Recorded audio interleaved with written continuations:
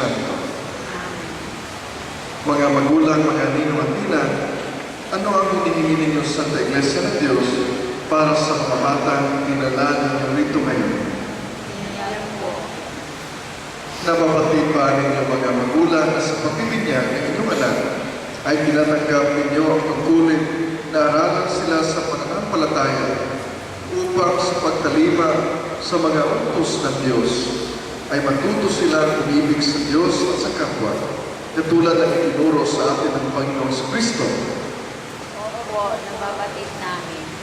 At kayo naman mga ninong at ina, nakahanda ba kayong tumulong sa mga magulang ng mga batang ito sa kanilang tungkulin?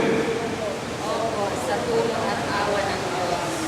Buong kagalakan ng bayan ng Diyos ng parokya ng mahal na Birhen ng Loreto, ang mga batang ito ay angkinin ko para kay Kristo sa pamamagitan ng tanda ng krus sa kanilang loob.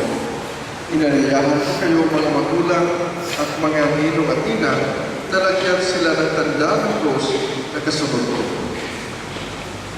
Katulad yung sinabi ng Father, pagkatapos po niya mag-cross sa noon ng bata, kayo po mga magulang, mga ninong at mga ninang kukross din sa bata.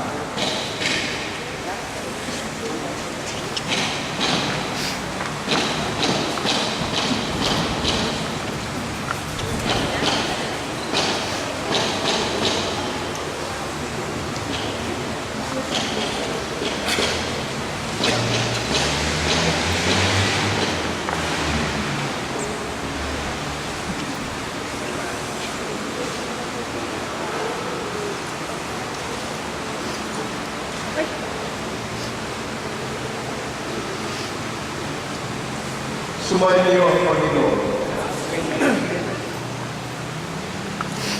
Ang pagbasa mula sa balita ng Panginoon kay San Juan. May isang pinuno ng mga Hudyo